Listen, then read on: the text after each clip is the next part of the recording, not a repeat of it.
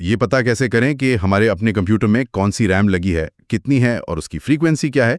ये जानकारी तो होनी चाहिए भाई। हाँ, बिल्कुल होनी चाहिए। और स्रोत में दो आसान तरीके बताए गए हैं। पहला तरीका तो विंडोज में ही है, टास्क मैनेजर। कीबोर्ड पर कंट्रोल शिफ्ट और एस्केप बटन एक साथ दबाइए। हाँ। टास्क मैनेजर खुल जाएगा, उसमें परफॉर्मेंस टैब पर जाइए और फिर साइड में मेमोरी पर क्लिक कीजिए। वहीं आपको ऊपर दाईं तरफ स्पीड लिखी दिख जाएगी। वही आपकी रैम की फ्रीक्वेंसी है, मेगाहर्ट्ज में।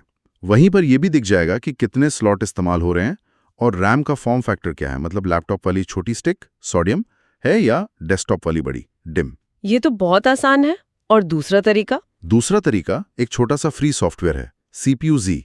इसे इंटरनेट से डाउनलोड करके इंस्टॉल करना होता है। अच्छा, CPU-Z। हाँ, इसे खोलकर मेमोरी टैब पर जाइए।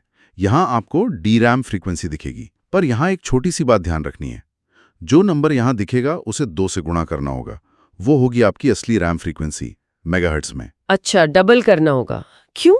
हाँ, क्योंकि आजकल की जो रैम होती है ना, वो DDR टाइप की होती हैं, डबल डेटा रेट। मतलब वो एक क्लॉक साइकिल में 2 बार डेटा ट्रांसफर करती हैं।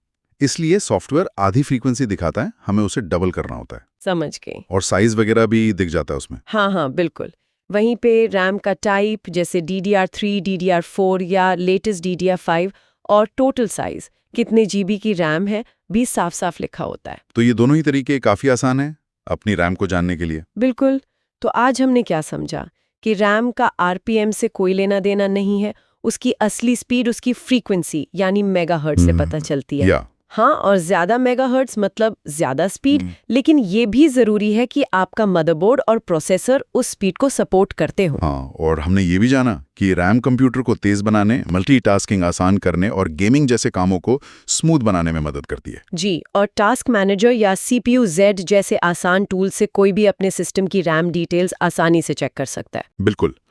तो आज की इस सारी बातचीत से मेरे मन में एक सवाल आ रहा है सोचने के लिए। क्या सिर्फ रैम की स्पीड बढ़ा देने से ही कंप्यूटर हमेशा रॉकेट बन जाता है? या फिर सिस्टम के बाकी हिस्से जैसे प्रोसेसर की अपनी कोर स्पीड या स्टोरेज कितना तेज है, मतलब पुरानी हार्ड ड्राइव है या नई SSD लगी है, इनका भी उतना ही या शायद कभी-कभी उससे भी ज्यादा फर्क पड़ता है? इस पर जरूर सोचिएगा। अगली बार फिर मिलेंगे एक नई जानकारी के साथ।